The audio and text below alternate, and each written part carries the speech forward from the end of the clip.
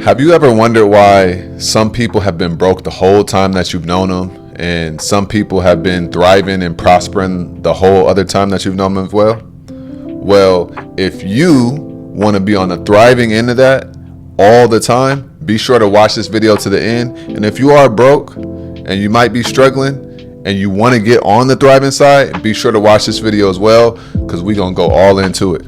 Let's go. All right. So I'm a big life observer. I am a big studier of human nature, and I pay attention to concepts and patterns within humans. And I've learned a lot just being able to observe and look at the patterns that are inside of society, but also within myself. I'll look back on my past life when I was younger, and I'll be like, man, where was I at? What was going on? And then I'll match that up with, or in comparison to where I'm at now. And so first things first, before we even get into all of this, I want to say it's extremely important to understand what capitalism is about, and you just got to accept it for what it is. So the society that we're in, money just matters. Point blank, period. Money matters. You aren't going to be able to experience anything that you really want to experience if you don't understand the concept of money mattering. Where you live at, what kind of car you drive, what you're able to experience, being able to go on a trip. You need to understand money matters, and you have to work on your own relationship with money. If you are in a constant state of being broke and something bad is always happening, you got to assess what your relationship is with that thing, but also with money. And then if you are thriving, or if you are doing good, look at your life and figure out how you're winning so that you can stay winning, because nobody learns from their wins. They really learn from their failures. So first things first, before we really get into it, I want you to understand that you just got to accept capitalism for what it is. There's no way around it. That's how this world works. That's how America works. So when you can understand that, like, yo, capitalism is real, and I have to get to a place where I have money coming in and I have a better relationship with money so that I can actually be able to live and experience life. So first things first, accept capitalism for what it is. Point blank, period. It doesn't matter. So simply put, the reason why some people are always broke, and they've been broke for 5, 7, 8 years, and some people just always have good things happening to them, not just because the law of attraction, but also it's their financial thermostat. So let me break this down for you real quick. When you're in a house and you set your thermostat, whether it's the winter or it's the summer, you're gonna set your thermostat to a certain degree. Let's say you set it to 75 degrees and it's the summertime. Anytime that your house gets above that 75 degrees, what happens? Your AC unit automatically turns on to cool the house down to bring it back to that 75 degrees, and then it turns off. Now, if it's the winter time and you set your thermostat for 80 degrees, anytime that it gets below that 80 degrees, what happens? The heater turns itself on, and then automatically it'll stay on until it goes back up to the 80 degrees, because you as a human, you want to feel comfortable. Doesn't matter whether it's the summer or the winter time, you want to stay comfortable. So if it's too hot, you want to get cool, and if it's too cold, you want to warm up. And so when we look at this from a perspective of finances, we got to look at what is my financial thermostat. So when you are going through life, you usually have things that you're used to. So you go to work, you get a check. Let's say you're making $5,000 a month. Number one, that's your financial thermostat. So if you are only used to making $5,000 a month, which is $2,500 every 2 weeks before taxes, which is really about $1,900 every 2 weeks, which is a little under $4,000 a month, then you can't really conceptualize $10,000 a month, because that's a big jump. So your financial thermostat is going to hinder you from being able to see larger opportunities. Or let's talk about when you're saving money. If you only have $1,000 saved, $200 saved isn't gonna do anything for you. But you're not gonna be able to figure out, man, how do I get to that $5,000 a month? Or not a month, but how do I get $5,000 saved? It's gonna seem bigger because your financial thermostat is only at that level. Now, if you have $10,000 in the bank, now $1,000, you looking down on it. And this is why people be like, man, $100,000 a year ain't no money, because their financial thermostat has elevated. Their financial thermostat has gone up. And because it's gone up, they now need that as their baseline to stay comfortable financially. So if you are in a state where you always find yourself in the same situations, you always find yourself in the same positions, you need to start looking at it and being like, damn, what am I comfortable with on a subconscious level? On a subconscious level. Because it's okay to be comfortable with things sometimes, because sometimes we may need that for a breather to give us time to be able to sit, reflect, and relax and enjoy things. But we also have to assess, how are we operating consciously? You have your automatic brain and you have your manual brain. Your subconscious is your automatic brain. So your life is always going to reflect where you're at on a subconscious level. Period. There's no way around it. And it's extremely important for you to understand that at the highest level possible. So let's look at your savings account. Let's look at your bank account. Let's look at your spending. What is your financial thermostat? What is your homeostasis? What do you not go above, and or what do you not go below? And then let's figure out a way to raise it and or lower it if we're talking about spending or if we're talking about generating the money. If you have a job and you're making $5,000 a month, which in America, that's good money, which it really isn't. And I'm saying this because my financial thermostat is higher than just $5,000 a month. But I'm not throwing shade on anybody, but it's just a way of thinking and a perspective. So what is your financial thermostat? If you want to make more money, you have to raise your financial thermostat and look at money differently. So that way you are telling yourself this isn't a lot of money. Because if you tell yourself this is a lot of money, what's going to happen? It's going to be harder to get there. But if you tell yourself this ain't a lot of money, it's going to be easier to get there because you didn't put that money on a pedestal. This is all a way of thinking, and it's also all about your relationship with money.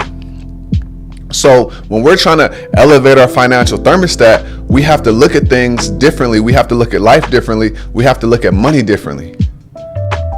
So there are some things that you can do to elevate and raise your financial thermostat, and some things that I would highly, highly encourage. One of the first things that I would do is I would make myself more familiar with money and the concept of money and having good money habits. And I would start with just some simple books. Simple books. The Richest Man in Babylon is a great book to start with because it allows you to see things from a different perspective if you've never been exposed to things. A lot of times the only reason why we're in situations that we're in is because we haven't been exposed to that information. That's the only reason. So think about this. If you can put yourself in a position where you're exposed to new information, your life will never be the same. It's that simple. There's a quote that says, whenever your mind is stretched, it can never return to its original form. And that's because you've been exposed to more, and now your mind can't shrink back. Our minds are always in a state of playing small and being small. And that's why we need to get pushed and we need to get stretched from other people and outside influences, because when we're exposed to new and different, what usually happens is we elevate on that level. So this is how you can literally raise your thermostat, by getting different information that you haven't been exposed to previously, and then taking that information and applying it to your life. The next thing you can do to raise your financial thermostat and get a better relationship with money is create a financial roadmap based on where you're at and where you want to go. one of the most important things to know and understand is you can't heal what you don't reveal. I don't know if anybody has ever heard that phrase before, but you have to be able to look at things from an objective standpoint and just accept it for what it is. So if you've been spending too much money, then you have to accept that. You have to face that. Write it down. Go pull up your bank. Go into your mobile banking and pull it up. If you've been spending too much and it feels painful to look at, that's perfectly fine, because you're supposed to feel that way because you know that you could be doing better. I've had to do it before. You're spending a lot, you're spending all this money on Amazon and subscriptions and stuff, and what happens is you are like, damn. And then when you start looking at it, you're like, man, I could cut costs here, I could cut costs here, and then I can be able to have more money for myself. Because a lot of the time, we have the money, we're just putting it out in the wrong places. And we all exist in phases. So it's okay to be in this situation temporarily, but it's extremely important to figure out, why am I in this situation? And then also, how do I get out of this situation? Use your mind, use your brain. And also, you have to change how you feel about yourself, about your life, about money on a subconscious level. You have to change how you feel about that if it's not working in your favor. The next thing that you can do, and that I would do, is you got to learn how to allocate your money. You have to learn how to allocate your money. And when I say allocate your money, it's one of the most powerful concepts that I've learned over the years to be able to put myself in a situation where I'm not always financially stressed. Because this is how it should go. If you don't have the money that you want right now and you want to get to a higher level, your level of broke should be changing. So when you're very first starting off and you don't have anything, you're broke because you don't have anything at all. But then you start making some money, you start putting some money to the side, and then now if you got $5,000, that's broke to you. And then your money should never dip lower than that.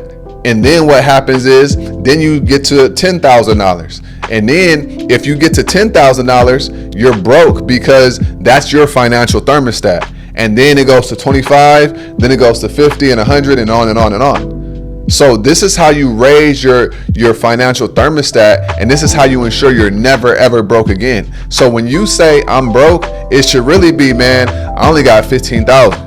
And then, later on in a year or a year later, now, man, I'm broke because I only got 30,000. That's how it should be. So when I'm saying allocate your money, what I'm saying is whenever you get paid, you should have a portion of your money go into long-term savings. You should have a portion of your money go into a play account, where that play account is for the fun things, going out to eat and stuff like that.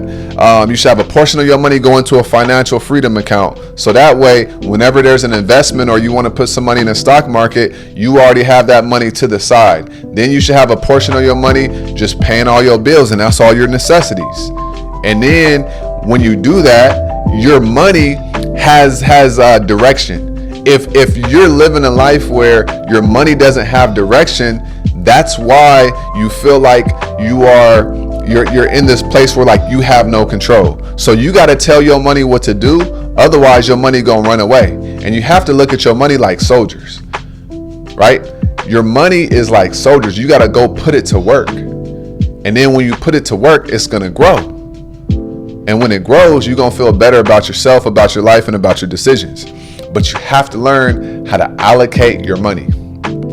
If you are not allocating your money, you're going to be on this perpetual hamster wheel, and it's not going to feel good because you're never going to feel like you're getting ahead of the game. The goal is to have money put to the side in the bank or in your brokerage account, and it's collecting interest while you're doing nothing. And then you could keep putting money in there, collecting interest, compounded interest, and also dividends. And then that money's growing and you're not doing anything. And then you don't need that money because you have enough money in your personal account. And then it's just continuing to grow and grow and grow.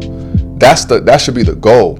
So you should be able to go from, okay, I only got $1,000 to let me work and hustle and let me stack up 5. And then you stack up 10. And then you stack up 15.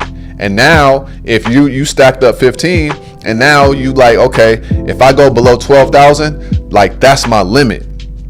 I cannot go below 12,000. Let me work and bust my ass so I could get to 25,000. Now what happens is, now I'm at 20,000 and I'm not going to go below 18,000. And then if you get to 18,000, you ain't got no money. That's how it should be. And now you doing what you're doing, and now you get up to 30, 35, 40,000. Okay, now I'm not going to go below 25,000. Now, but let me take out of this 25,000, let me take 10,000 and let me go throw that into the stock market. This is how you level up your financial game and your mindset and your relationship around money. I heard a quote before. It said, save your money because one day your money gonna save you. That was one of the biggest things that I remember. Save your money because one day it's gonna save you. Don't always be in this state of buy, consume. It's not about that, right? Don't allow the lifestyle inflation to creep in. You get a better position, you get a promotion, congratulations. That don't mean go buy the new thing. That doesn't mean go spend that money immediately. It means put some money to the side, stack it, make some smart decisions, act like you still in the same situation, put your money to work, let it grow, and then from there, you increase your financial thermostat. But make sure that you allocate your money, because that's one of the most powerful things that I've learned in my years of living and trying to continue to level up myself and my life and my finances and everything. Another thing you can do to level up your financial thermostat and elevate it is get around money and get comfortable with it. This kind of goes back to what I'm saying about like reading those books, but also I want to ask you something, and this is something for you to answer. Who do you have in your life? You remember when we had T-Mobile, and T-Mobile had that Fave 5. So who's in your Fave 5? Who's in your top 5? Ask yourself this. Write this down, and then ask yourself, do I know their net worth? Do I know how much they're worth? I know that money is a topic where it's very sensitive, but if you don't have people in your life that are worth more than you, then you gotta change your circle. You gotta figure out, how can I get around money, and how can I get around people that are having conversations that are at a higher level than where I'm operating at right now, so that way I can get myself in a position where I'm being exposed to more information and or better information than what I've been consuming. And from there, you'll be able to level up your game, because you're gonna have people in your life now. If you have added value in some way, they're not gonna say get out of here. They're gonna, embrace you with open arms, and you'll be able to build a connection. And then from there, now that Fave 5, your top 5, that one person is in that top 5 where you can have these conversations. They're gonna put you on game that you probably haven't thought about. They're gonna expose you to things that you probably haven't thought about. And as long as you're exposing them to certain things that they haven't thought about, it's gonna be an even exchange. So let's say that you're really good with health, and somebody else is really good with money, but they're not the best with health. Now you know them, you build a connection with them, you add value to them in the health sector, and then they're adding value to you in the financial sector. You're getting exposed to this, and boom, you're elevating your game. But you got to get around the money. You got to get around the conversations. You got to get in the rooms where certain things are happening. Get on YouTube and learn from people that have a higher net worth. Understand the language of money. Understand the language of what people are talking about and what's important and how people are building their money. All these things matter when we're talking about getting ourselves in a situation where we're really experiencing true abundance in life. And one of the last things that you can do is, if you have a business, get a CPA. And if you don't have a business, get a financial advisor. Because what they're going to do is they're going to be able to look at your finances. They're going to be able to look at your financial situation, and they're going to put a lot of things in a perspective for you. This is kind of like looking at your own bank account, but it's having somebody else look at your financial habits. And they're going to assess your financial habits. They're going to say, hey, where are you trying to go? Where are you trying to take this thing? Where are you trying to be at 50 years old, 40 years old, 45? Doesn't matter.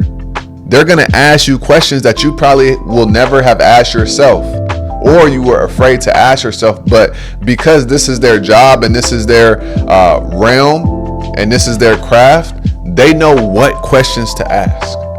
And if they know what questions to ask you and you're able to answer, what happens? You level up your game. I have literally had my life changed by getting a CPA. I've literally had my life changed by getting a financial advisor, because they are in the game. They are studying this stuff. So I'm able to leverage 5, 10, 15 years of expertise, and it's getting imparted in me. And now I could go make financial moves based on what I learned from somebody else who has been doing the research for 8 years or 10 years or whatever the case may be. And they have clients that are way more wealthy than me. They have clients that are worth 10 million. They have clients that are worth 12 million. They have clients that are seeing $200,000 a month. They have clients that are seeing $1 million a month. They have clients that are their net worth is 8 million. Oh, this client just sold a business. This client just did this. So when I hire these people, I am benefiting from their investment in their craft, and I'm benefiting from all the knowledge that they have learned over the years because of who they've been working with. This is how the game goes. This is how we level up. This is how we increase that financial thermostat and now get to a point where, okay, I remember 8 years ago, I may have been broke, but now I'm way higher. I'm at a different level. And so it's going to be at a point where in the future, $1 million, I'm going to be like, damn, I'm broke. But it all started from learning how to allocate my money. It all started from learning how to have better financial habits. It all started from being able to look at my bank account, even if I wasn't happy with the result of it. It all started with those things. And it'll start with those things for you as well if you do it. You got to do it. You got to do it. You got to know what you're spending the money on. You got to know what you're spending excessively on.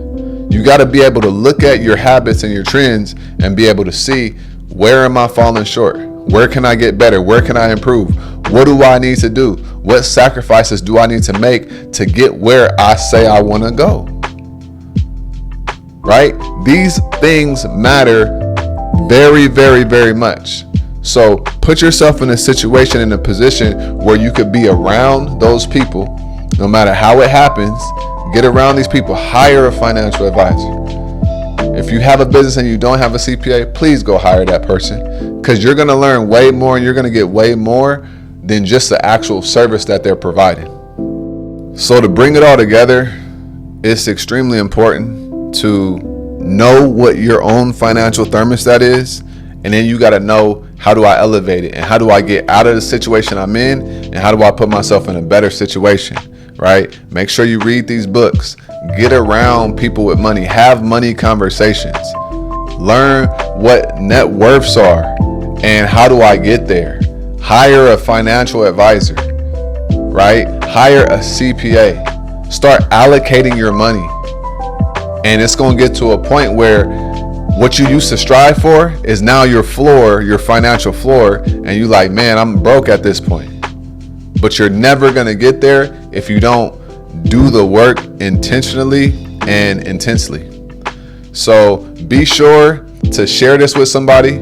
If you like this video, be sure to subscribe, comment down low what really rocked with you, what you resonated with. And if anything else, I'm gonna see you guys on the next episode. Peace.